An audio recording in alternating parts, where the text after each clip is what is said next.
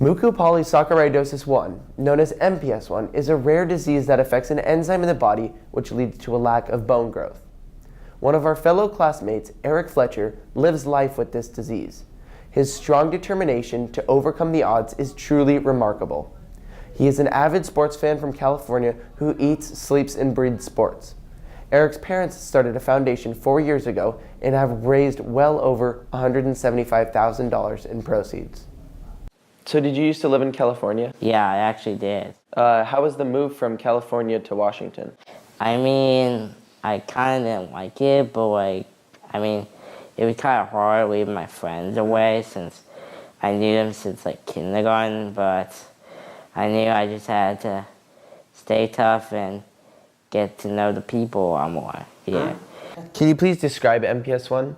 Sure. MPS 1 is a rare genetic disease, and what happens is the body's missing an enzyme that it needs to break down cells inside the body. It's called a storage disease, so it's kind of like it stores up inside the body. In Erik's case, he had a bone marrow transplant. His brother was his donor, and that helped with the soft tissues in the body, but there's still lots of problems in the joints and the bones.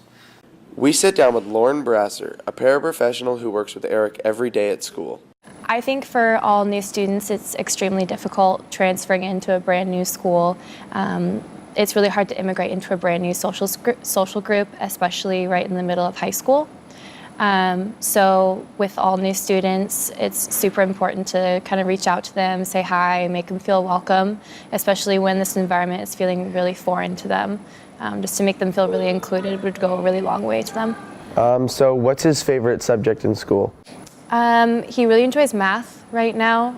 The unit that they're in, he's really excelling in, so I'd probably say math.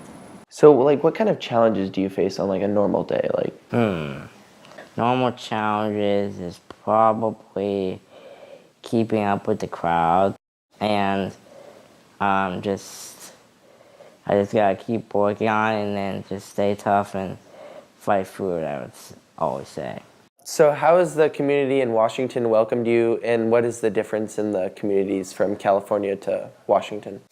Well, in terms of the school, I would say that the school here has a much better program for special needs kids than what we came from. The teachers, I feel, are more high quality. The challenge here is because he's new to the area and he's here as a sophomore. Whereas in California, all the kids grew up with him, going to school with him, starting in kindergarten. And they just always accepted him for being a kind of a kid like they are and a friend.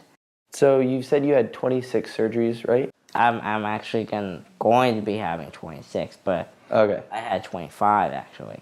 And so what kind of surgeries are they? Are they minor, major? I actually had a neck surgery where they had to put an A-plate. They put an A-plate into my legs, I would say, to they had to cut one A-plate, so then they stopped the right one from growing so much, so then the left leg can catch up.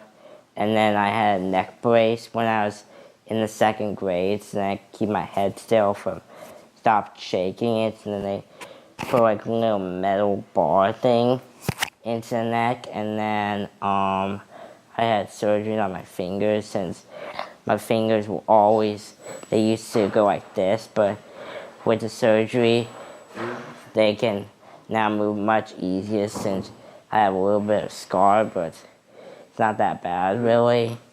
And yeah, it's been tough surgeries, but I fought through it and did a really great job with it.